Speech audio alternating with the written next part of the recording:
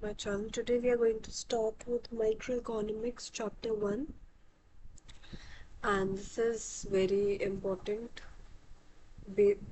so that you could have a basic idea what is economics and economy all about.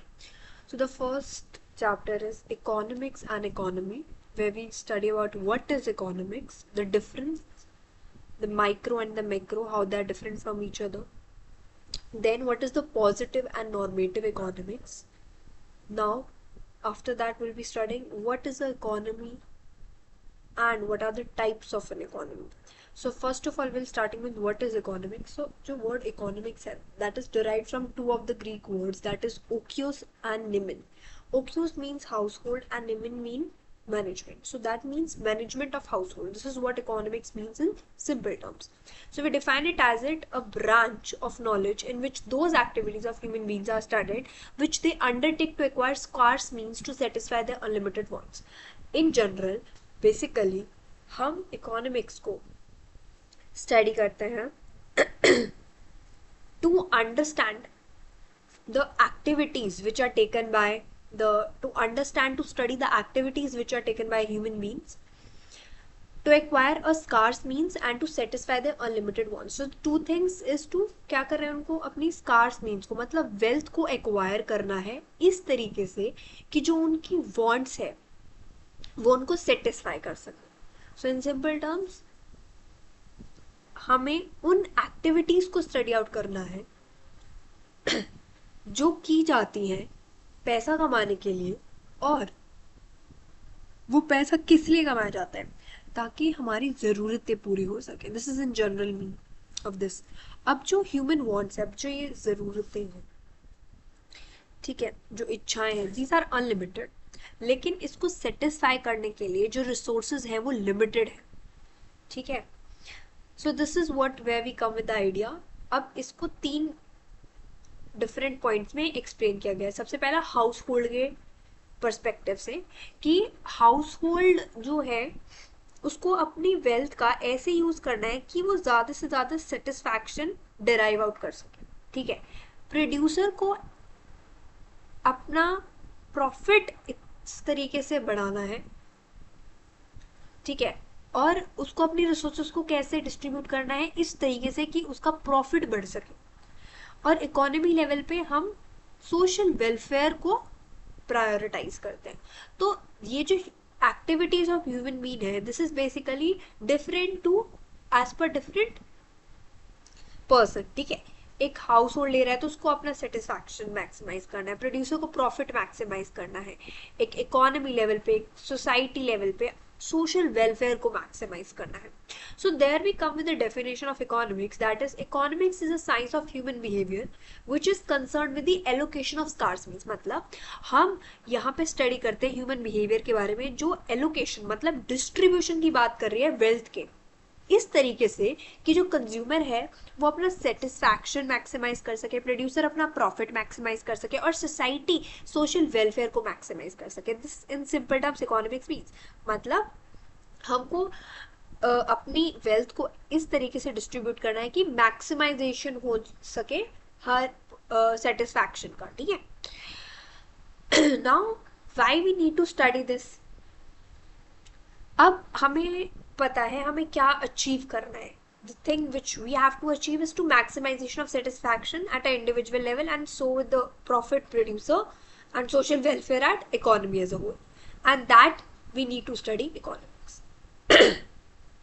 Now the very important point that comes up is scarcity and choice is the essence of economics. Means scarcity and choice is very important in the era, in the sphere of economics. ठीक है. तो scarcity का अगर simple terms में अगर हम meaning देखते हैं तो देखो यहाँ पे क्या लिख रखा है. Scarcity refers to a situation जहाँ पे what you have is less than what you wish to have. मतलब कि सिंपल टर्म से बोले कि जो तुम चाहते हो उससे कम तुम्हारे पास वो रिसोर्स है, and that is what we call scarcity. मतलब अगर मैं बोलती हूँ कि किसी चीज की कोई चीज स्कार्स है, ठीक है, in my situation, तो मेरे को for example I required 2 pens but I only have 1 pen, so that means वो जो रिसोर्स है वो स्कार्स है मेरे पास, that is not in proper amount with me, ठीक है। और no matter how much resources means you have, there must be scars in relation to your wants every time. No matter you're the richest person on the earth, कितनी भी आपके पास resources हो, वहां पे scarcity आएगी ही आएगी आपके वॉन्ट्स के ऊपर। क्यों? क्योंकि अनलिमिटेड वॉन्ट्स है, ठीक है। And with this we are end with the very basic idea economics क्या है। We are done with the very important two parts, that is scarcity and choice. ये नहीं है सिर्फ इतना सा ही पॉइंट है, further will be discussing about scarcity aspect and choice aspect, क्योंकि स्कार्सिटी और चॉइस ही एक ऐसे फैक्टर्स हैं जो आपको इकोनॉमिक्स समझने में बहुत अच्छे से हेल्प आउट करते हैं, ठीक है। अब यहाँ पे इस बॉक्स को अगर हम देखें तो this is important, lack of scarcity and non economic goods, goods that do not command a price due to lack of scarcity are called non economic goods. मतलब जो गुड्स का कोई भी पर्टिकुलर प्राइस नहीं है, क्यों? क्योंकि उनकी स्कार्सिटी की वजह से, ऐसे गुड्स को हम नॉन इकोनॉमिक गुड्स कहते हैं, जैसे कि सनलाइट, एयर, ठीक है।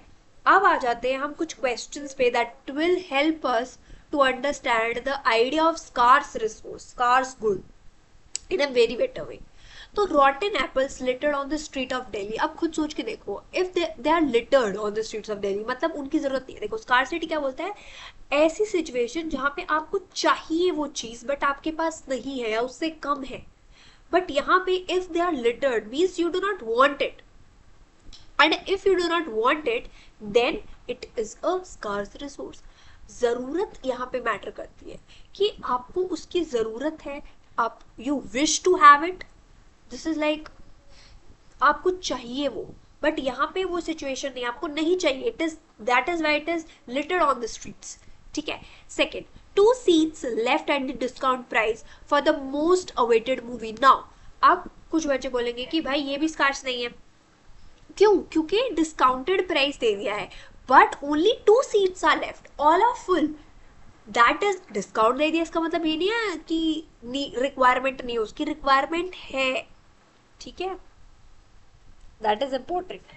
अब some old discard painting of an artist which are not in demand today, the word itself defined it, not in demand, matlab nobody wish to have those paintings, so that is not the one which comes under the scarce good category, so it is not a scarce good.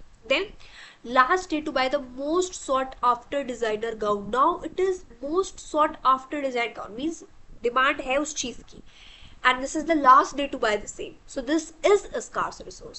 Now gravity holding us on earth, not a scarce resource. Resources like gold, silver, oil, fossil fuel, obviously these are scarce resources, these are in demand, right? Everybody wants it.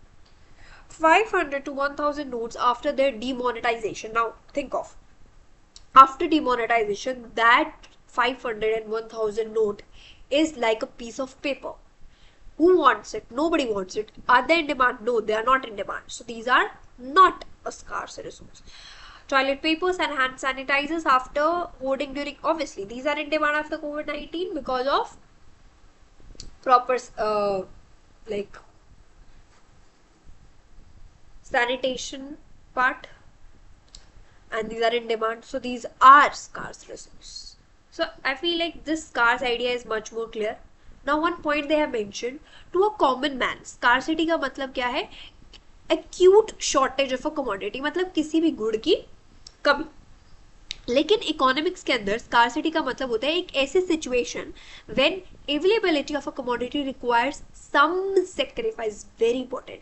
मतलब कि अगर आपको कोई good मिल रहा है या अगर आप कोई गुड चूज कर रहे हैं, ये प्रॉब्लम ऑफ चॉइस आ जाती है यहाँ पे।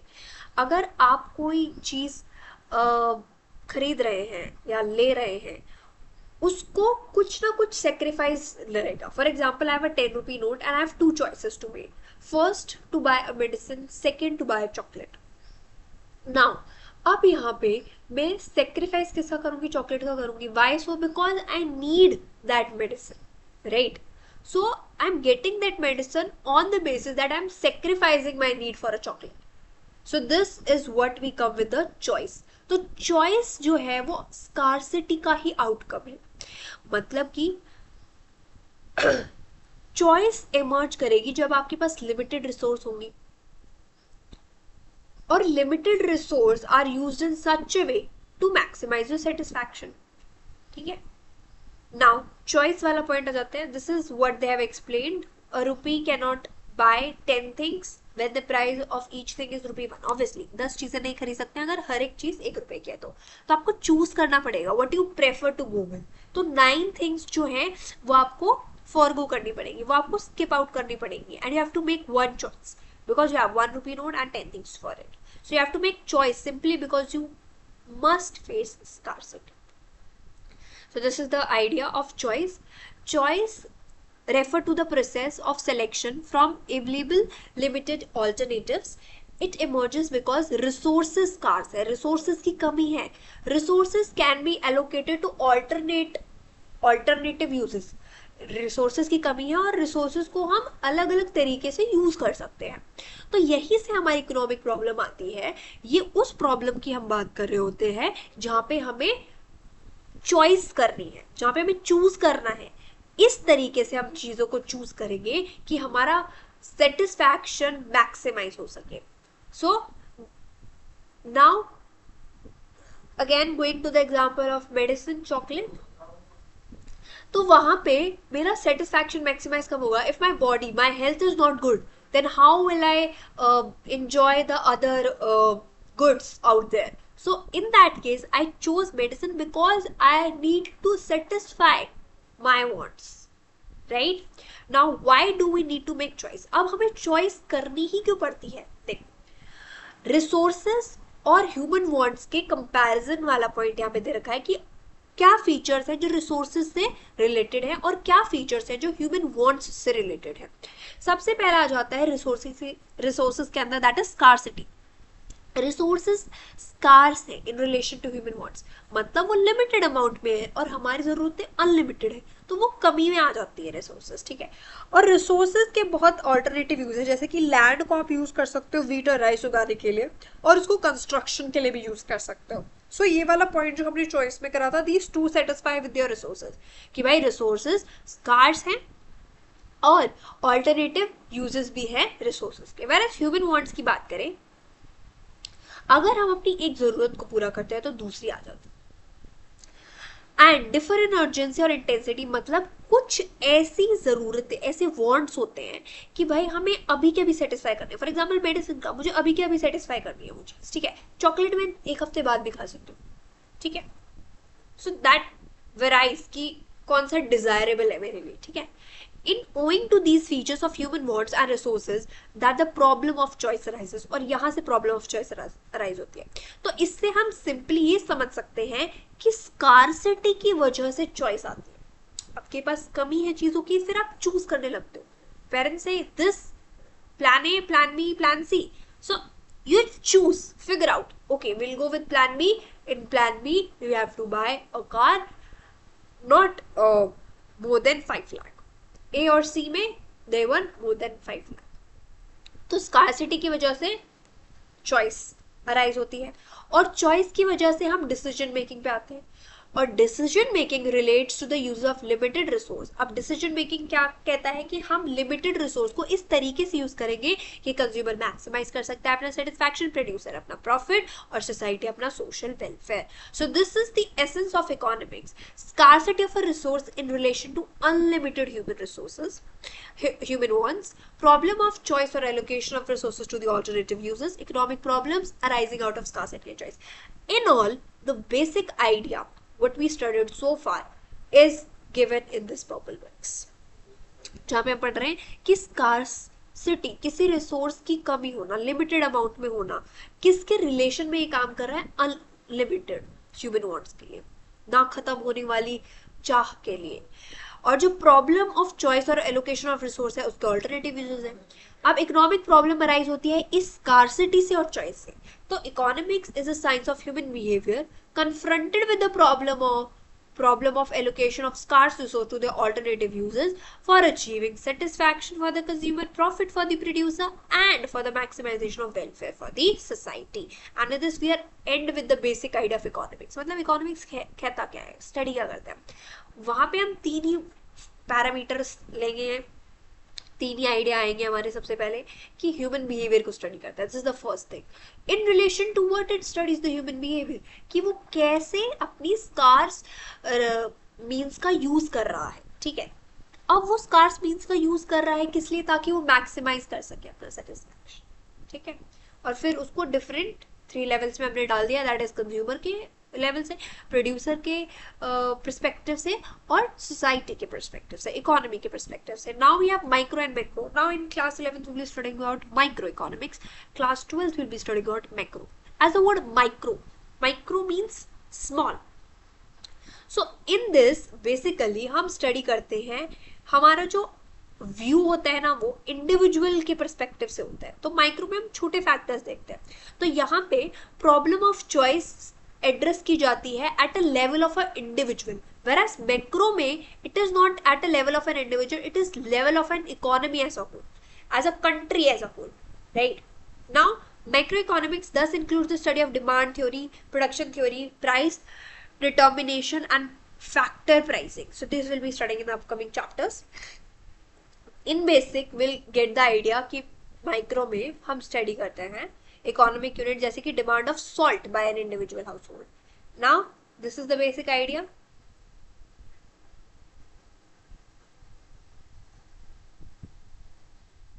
ठीक है, okay. And with this same macro में जा रहा है economy as a whole. Now ये जो डिफरेंस वाली टेबल है, this is the one which is more important, just have a look to the same. तो 5 बेसिक बेसिस लिए इन्होंने डिफरेंस के। सबसे पहला मीनिंग भी ऑलरेडी डिस्कस्ड कि यहाँ पे किस चीज को अटमोस्ट प्रायोरिटी मिलती है, और मैक्रो में हम क्या देखते हैं, इकोनॉमी एज अ होल।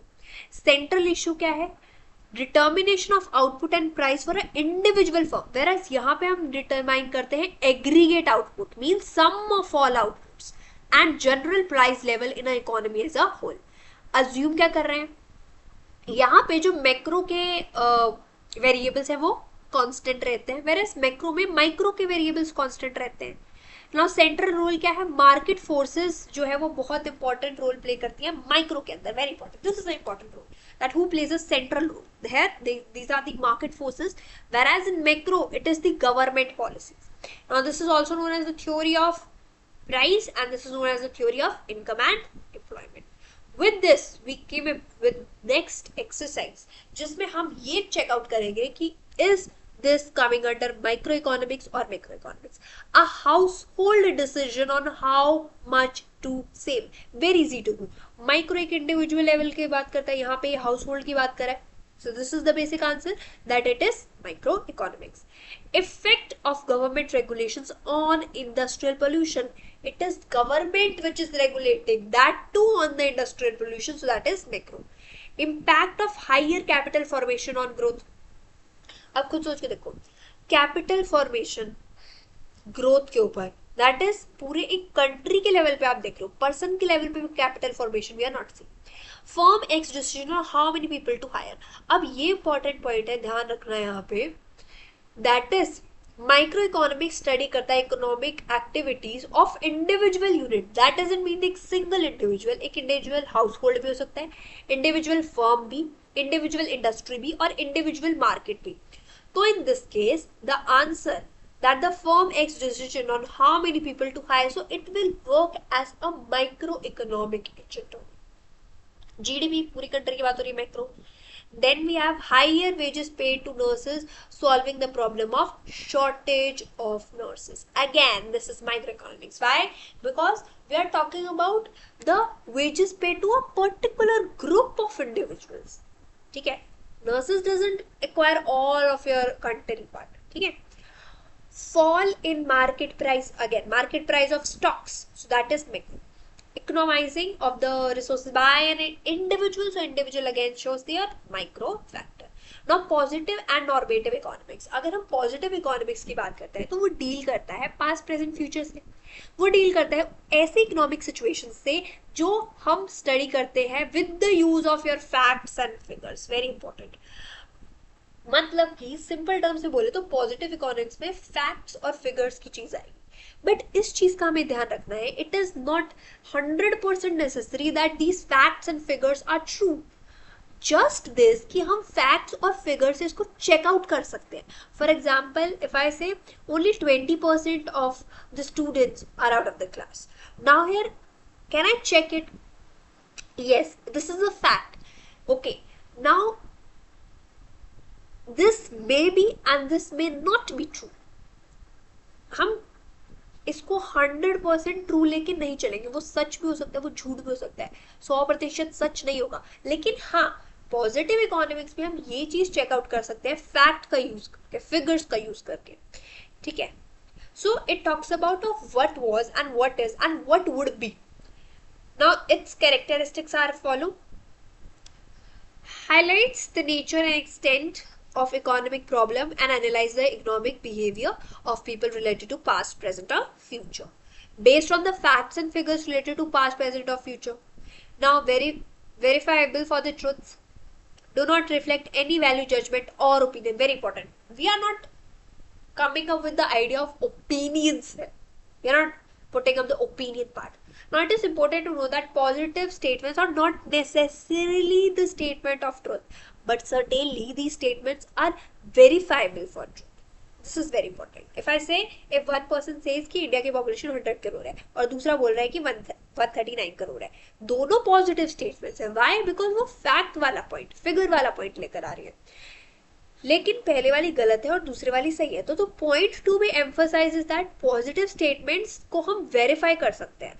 हम वेरीफाई कर सकते हैं कि सही है या नहीं, बट ये हमेशा सही होगी, that is not a positive statements. Positive economics.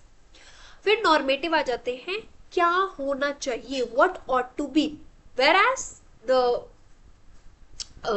Positive economics was what was and what is, like what it is basically, and this is what it supposed to be, what it needs to be. So it deals with the opinions part, so and the positive deals with the facts part. For example, these are the statements which are given. जैसे यहाँ पे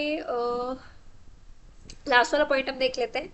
MNREGA should not be pursued unless it ensures asset creation in the economy. Now this is the opinion which is given, right? Characteristics क्या है यहाँ पे? Value judgement हम लेके आते हैं. It's lead to the controversies and debates. Obviously now if you are putting up your opinions, there will be controversies, there will be debates around. Now these statements indicate opinion and are therefore not verifiable for truth. You cannot verify them.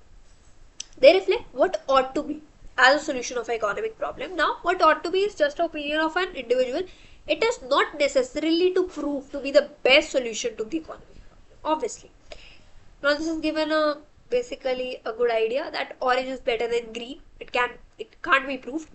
Whereas when prices fall, people often delay their purchases. Yes, this is true. You can check out, yeah, because when prices fall, they delay up their purchases. So this would be seen, and this is the basic difference they have shown us. इसका example देख लेते हैं positive का. That is higher interest rates induce people to save more. Obviously जितनी ज्यादा interest rate होगी उतना ज्यादा लोग बचाएंगे. Whereas the normative economics का savings is always a virtue. Now it is always a virtue. This is an opinion given by some of the person. Now I can argue with the same. I can give my opinion on this basis that no, it is not always a virtue when it is coming to the part of economy. Like vice और virtue वाला point आ जाता है इसमें कि अगर individual save कर रहा है, it is very good. But अगर एक इकोनॉमिक लेवल पे सभी पैसा बचाने लग गए, तो it will be very harmful for a economy, right? So this is opinion based. Now if you have the statements which are given, which you have to differentiate on the basis that it is positive or normative. Okay, let's get started with it. Okay. Now subsidies. अच्छा, first वाला देख लेते हैं पहले. RBI should reduce the rate of money supply. Should reduce the rate of money supply. Now, if they would have given us the reason why it should reduce the rate of money supply, तो एक fact check आ जाता. But यहाँ पे they simply gave the point that कि RBI को जो है money supply की रेट को कम करना पड़ेगा. So that is why it is normative. So it come as a opinion. Whereas if they given us with the reason, तो यहाँ पे ये positive हो जाता, but they didn't give the reason, so that is not negative. Subsidies are a financial burden, especially in case of developing economies. Now, is this a fact or is this a opinion? This is a fact कि subsidies जो है वो financially burden create करती हैं developing countries के ऊपर, क्योंकि government अपनी जो टैक्स कलेक्टेड मनी है वो वहां पे यूटिलाइज करती है, और डेवलपिंग कंट्रीज को बेसिकली इंफ्रास्ट्रक्चर पे वर्कआउट करना चाहिए, उसको अपना पैसा ऐसी जगह इन्वेस्ट करना चाहिए जहां से रिटर्न्स आए, बट सब्सिडीज में ऐसी सिचुएशन नहीं है, एक सोशल वेलफेयर का आइडिया एम्फेसाइज हो रहा है, so that is right, is a positive one. Okay, now imposition of higher taxes on cigarettes help discourage its consumption, right? This is also a fact check. Whereas you'll impose the taxes, जितने ज्यादा taxes लगाओगे आप cigarettes पे, उतना कम लोगों का consumption होगा, because higher the prices will go, the lower the demand of the product will go. Now fiscal deficit, it is a vice, not a virtue. Now again, this is not any fact. This is like opinion कि fiscal deficit एक vice है ना कि एक virtue, but some of the people see it as a virtue. So that is the opinion which is given by one of the individual. Now society should reduce pollution at all cost. Society should reduce pollution at all cost. They have not given any sort of reason. That is why it is not came as a verifiable notion. So that is a mere opinion. Provision of healthcare facilities for all citizens via government is essential. Now again, this is what is opinion कि भाई health care facilities होनी चाहिए सारे citizens के लिए, and this is basically important. So उसका impact, उसको verify कैसे करें हम, nothing is given, so this is a normative one. Now sales can be increased by lowering the price. Now this is a fact कि भाई sales को आप बढ़ा सकते हो अगर आप पैसा कम करोगे, तो आपकी बिक्री ज्यादा होगी अगर आपने पैसा कम कर दिया अपने सामान का. तो people who are unemployed are too lazy to work. We don't know who they people are, right? It is not that, maybe the government is not providing with the jobs. So this is basically opinion. Increase in minimum wage rate increases the supply of labor. Yes, जितना ज्यादा आप अपना minimum wage rate को increase करोगे उतनी ज्यादा labour की supply बढ़ेगी. अगर आप टैक्सेस बढ़ा रहे हो on beer, will have a negative impact on profits of the weaving industries. Fact check, positive statement, right? Okay. Now the next point that we are on is the economy. What is the economy basically? तो economy एक ऐसे system के बारे में बात करता है जहां पर by which the people of an area earn their living. Simple, very simple understanding of economy. That economy is a system by which people of an area earn their living. जो लोग हैं वो परफॉर्म करते हैं अलग अलग economic activities ताकि वो एक अच्छी खासी जिंदगी जी सके. ठीक है, टीचर्स स्कूल जाती हैं, डॉक्टर्स हॉस्पिटल जाते हैं, फार्मर्स फील्ड्स पे जाते हैं, and industrialist go to the industries. अब जो नेचर है और जो लेवल है इन एक्टिविटीज का जो लोग परफॉर्म करें एक पर्टिकुलर एरिया के अंदर, वो रिवील करता है एक सिस्टम जिससे जो लोग हैं उस एरिया के पैसे कमा रहे हैं, and this is what economy is. तो एक ऐसा सिस्टम जिससे जो लोग हैं एक पर्टिकुलर एरिया के अब एक प्रॉपर सुटेबल लाइफ जी रहे हैं, they earn their living, and that is what economy is. एक सिंपल इकोनॉमी का आइडिया हमारा आगे आ जाता है. एक सिंपल इकोनॉमी वो होती है जहां पे इंटरडिपेंडेंस और एक्सचेंज हो एक मॉडरेट लेवल पे. वेरी इंपॉर्टेंट, मॉडरेट लेवल पे. यही जो पॉइंट है ये डिफरेंशिएट करता है एक सिंपल और कॉम्प्लेक्स इकोनॉमी के अंदर. जैसे एक इंडिविजुअल है, वो सारे गुड्स खुद से प्रोड्यूस नहीं कर सकता जो उसे चाहिए, वो दूसरों पे डिपेंडेंट है. अगर एक टीचर की बात करते हैं तो स्टूडेंट्स पे डिपेंड है. सॉरी, जो टीचर की बात करते हैं तो स्टूडेंट्स जो हैं वो टीचर पे डिपेंड है. अब ऐसे करते करते we have various of the factors that is working. For example हम इसको एक ऐसी इजी वे में समझते हैं. मान लो ए बी और सी तीन बंदे हैं. ए टीचर है, बी स्टूडेंट है, एंड सी पेरेंट है बी का. तो अब जो स्टूडेंट है वो टीचर पे डिपेंडेंट है पढ़ाई के लिए, और जो टीचर है वो उसके पेरेंट्स सी पे डिपेंडेंट है for the income, salary, right?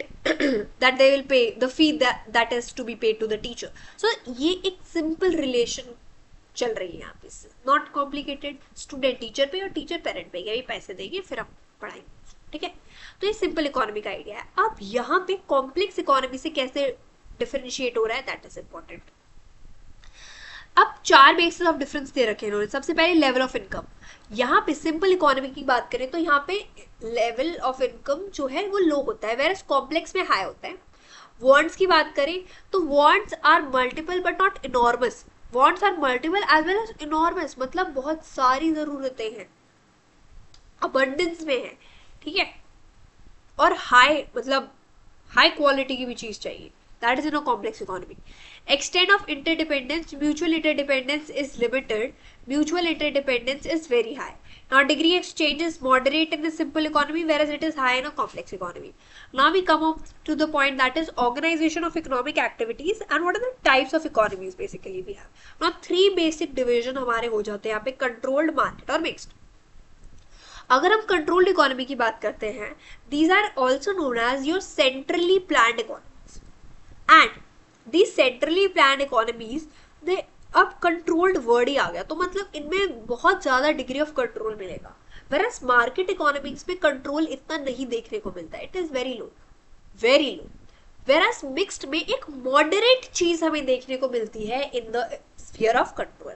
अब इनको सिंपली अगर हम समझे तो ये कैपिटलिस्ट आइडिया है कि भाई सब कुछ जो है वो गवर्नमेंट अपने कंट्रोल के अंडर लेगी, गवर्नमेंट ही है जो प्रॉफिट लेगी, गवर्नमेंट ही है जो प्रोवाइड करेगी facilities, resources, right, income to the people. Whereas market forces में मार्केट डिसाइड करेगा कि कैसे चीजें वर्कआउट करेंगे, एंड मिक्स में दोनों के पॉजिटिव फैक्टर्स ले जाते हैं, ठीक है?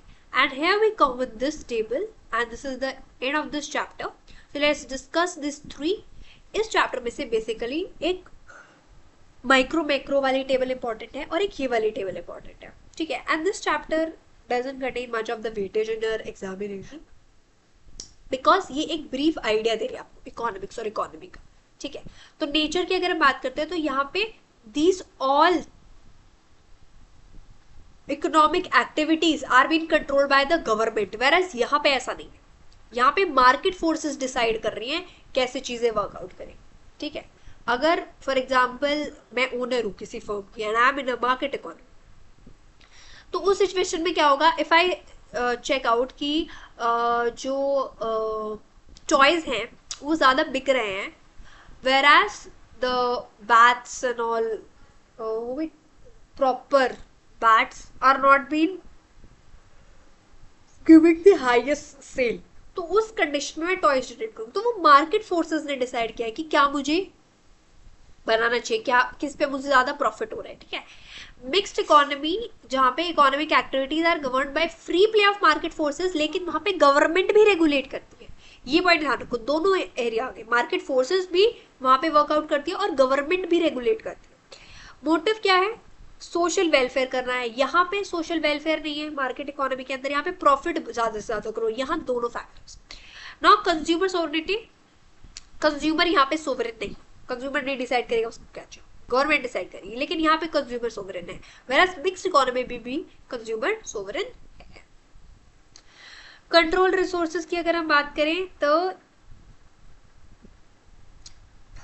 हो गया, हाँ, कंट्रोल रिसोर्सेज की अगर हम बात करें तो एक कंट्रोल्ड इकोनॉमी के अंदर जो रिसोर्सेज है वो गवर्नमेंट कंट्रोल करते हैं, वेयरएज एक मार्केट के अंदर, मार्केट इकोनॉमी के अंदर ये लोग करते हैं। मिक्स्ड के अंदर दोनों, गवर्नमेंट भी और पीपल। प्राइस डिटरमाइन करती है यहाँ पे गवर्नमेंट, यहाँ पे मार्केट, यहाँ पे मार्केट डिटरमाइन करता है, लेकिन उसको रेगुलेट और कंट्रोल कौन करते हैं, गवर्नमेंट, ठीक है? Of essential goods. Now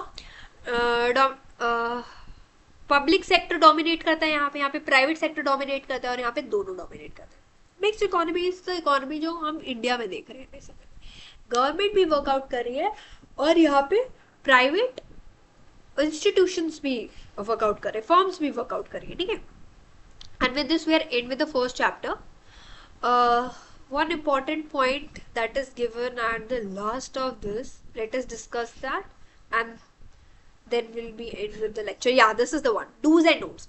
Now, do not ever believe that macroeconomics deals with the aggregates and micro do not. It is very wrong notion. There are aggregates even in micro as well. जैसे कि जो अगर हम बात करते हैं market demand और market supply की, ये इंपॉर्टेंट इंग्रेडिएंट्स हैं प्राइस थ्योरी के अंदर. ठीक है. What is market demand? It is the aggregate demand of all the buyers in the market of a commodity. Likewise, market supply is the aggregate supply of all the producers in the market for a commodity. This is very basic idea. If you didn't get it as of now, we'll discuss this further in our next chapters. ठीक है. अब इससे important ये वाला idea है कि ये मत सोच, do not ever think that जो माइक्रो में लॉजिकल है वो मैक्रो में भी लॉजिकल होगा. नहीं, कभी नहीं हो सकता ये. जैसे कि अगर एक इंडिविजुअल ज्यादा से ज्यादा सेव करता है तो वो अपनी फ्यूचर प्रोस्पेरिटी में उस चीज को ऐड कर देता है. माइक्रो का कंसेप्ट है, मतलब माइक्रो के कंसेप्ट में अगर मैं सेव करूँ पैसा तो very good, it's very good for me for as an individual. लेकिन अगर इकोनॉमी के लेवल पे पैसा सेव हो रहा है तो जो डिमांड्स और सर्विस है गुड की, जो डिमांड है गुड्स और सर्विसेज की, वो डिक्लाइन हो जाएगी. कॉन्सिक्वेंटली इन्वेस्टमेंट घटेगी, प्रोडक्शन एम्प्लॉयमेंट घटेगा, तो it may cause poverty rather than prosperity. तो मैक्रो में ये कंसेप्ट फेल हो गया. तो इसीलिए जो माइक्रो में लॉजिकल है that may be sound illogical in macro and vice versa. And with this we are end with the chapter, and the next video will be discussing about the central problems of an economy. Do put down your feedback in the comment section and hit the like button and do subscribe to my channel. Thank you.